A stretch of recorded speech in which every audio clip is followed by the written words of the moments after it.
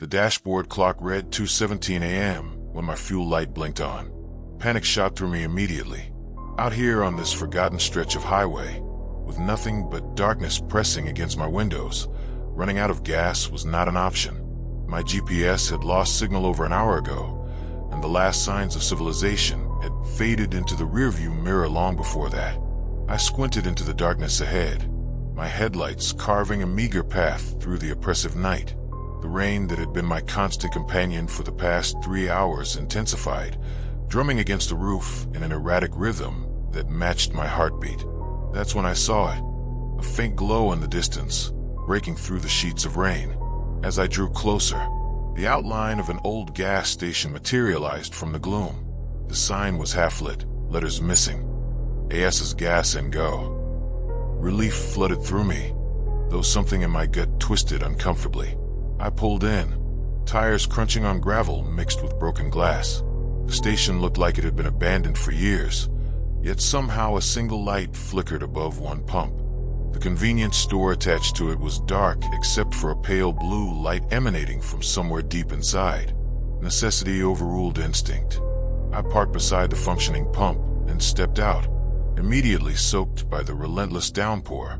The air smelled wrong, not just of rain and gasoline, but something underneath, something sickly sweet and organic. "Hello," I called out, my voice swallowed by the storm. No answer. The pump was an ancient model with analog dials instead of digital displays. When I lifted the nozzle, it felt unnaturally heavy in my hand, and the metal was warm despite the cold night air. I inserted it into my tank and squeezed the trigger. The pump clicked on with a mechanical groan that sounded almost like a sigh. As I stood there, rain plastering my clothes to my skin, I felt watched. I scanned the perimeter, seeing nothing but shadows dancing at the edges of my vision. The convenience store windows reflected my image back at me, distorted by raindrops, except for one moment when I could have sworn someone else stood behind my reflection. I whipped around. Nothing but empty space and rain. The pump clicked off. I'd only managed to get half a tank, but it would have to do. I replaced the nozzle, an inexplicable urge to wipe my hands on my jeans overwhelming me. I needed to pay, which meant going inside that darkened store. The door creaked open with minimal effort, as if inviting me in. A bell should have announced my entrance, but the one hanging above was missing its clapper.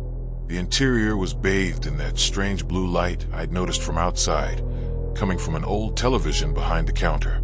It played static, but occasionally shapes moved across the screen, too deliberate to be random interference. "Hello," I called again, louder this time. "I need to pay for gas." The silence that answered me felt deliberate, as if the room itself was holding its breath. Water dripped from my clothes onto the linoleum floor, each splash echoing unnaturally. The shelves were mostly bare, covered in a thick layer of dust, except for a few items that looked recently placed. A single candy bar, a pack of cigarettes, red lighter. I approached the counter where a rusted bell sat. I pressed it, and the sound it made was wrong. Too deep, too resonant, lasting several seconds longer than it should have.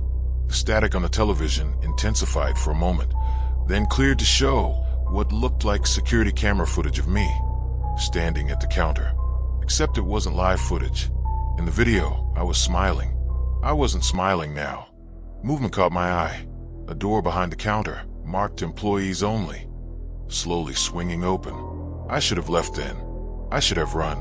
But a terrible curiosity rooted me to the spot.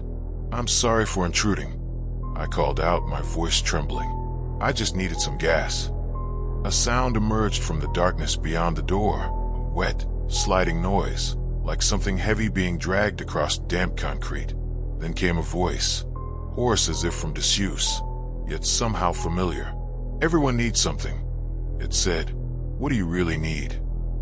The question sent ice through my veins, because in that moment, I recognized the voice. It was my own. From the doorway emerged a figure that moved all wrong, joints bending in impossible directions. Its features were shrouded in shadow, but something about its outline was horribly familiar. The television behind the counter changed again, now showing footage of what appeared to be me. pulling into this very gas station, but the timestamp showed a date 6 months in the future. The figure took another step forward, into the blue light.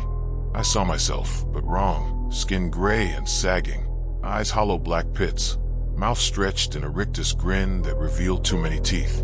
"You never left," it said, voice gurgling like it was speaking through fluid. "None of us ever leave." My legs finally responded to my brain's desperate commands to flee. I turned and bolted for the door, but it was no longer there, just more shelving, dusty products with faded labels. I spun around, disoriented, as the store's interior seemed to stretch and distort around me. The thing that wore my face stood directly behind me now. I could smell it, like wet earth and gasoline and something rotting. "The gas keeps us going," it whispered, breath cold against my ear. "But we need new attendants. The last one wasn't suitable." I felt something cold and sharp press against my lower back. "It's your shift now," it said. The blue light from the television intensified until it flooded the entire store. In its glow, I saw them. Dozens of figures slouched against walls, crouched between shelves, hanging from the ceiling. All of them had my face, in various stages of decay. I screamed, but the sound that came out wasn't human. It matched the static from the television, the white noise that had been the collective wailing of all those who had stopped for gas before me. The cold sharpness at my back pushed forward, and I felt myself splitting, not physically, but something deeper. My consciousness began to fragment like television static. Through the windows, I saw headlights approaching in the distance. A new customer, running low on fuel. My mouth twisted into an involuntary smile. "No," I whispered, fighting against the station's pull. Some fragment of my humanity remained, buried beneath layers of corruption. I wouldn't become like the others. I wouldn't perpetuate this cycle. With tremendous effort, I turned away from the approaching car and lurched toward the back room, where the heart of this place must reside. My new body moved awkwardly, joints cracking and popping with each step. The other versions of me hissed and reached for me with decaying hands, but I pushed through them. The back room was filled with an unholy light emanating from what appeared to be an ancient fuel tank, pulsing with a sickly green glow. Black veins spread from it across the walls, floor, and ceiling, feeding on souls rather than electricity. This was the source, the hunger. I fumbled in my pocket and found the red lighter I'd noticed on the shelf earlier, apparently placed there for me to find.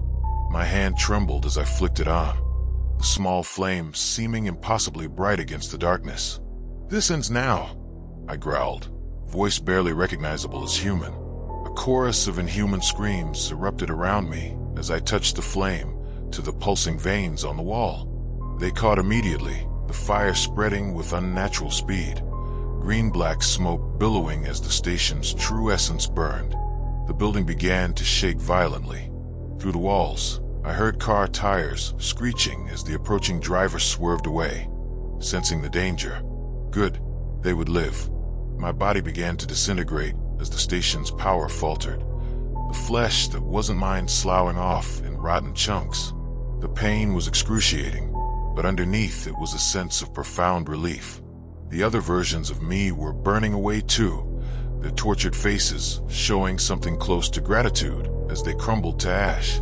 The roof collapsed above me as the fire reached the gas tanks.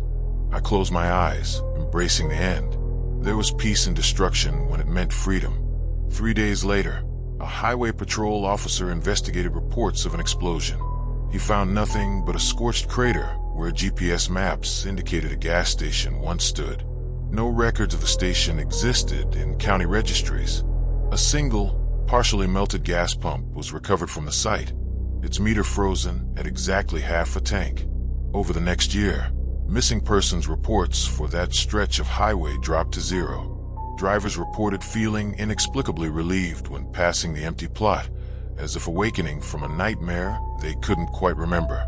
And sometimes, on particularly dark nights, a ghostly figure could be seen walking along the highway's shoulder, not threatening, but watchful, warning travelers away from the darkness that had once waited there with open arms and sharp teeth. Free at last. Dear listener, thank you for staying with me until the end of this story. Make sure to subscribe to my channel. Many more terrifying, mysterious, and thrilling stories are coming soon. See you again very soon.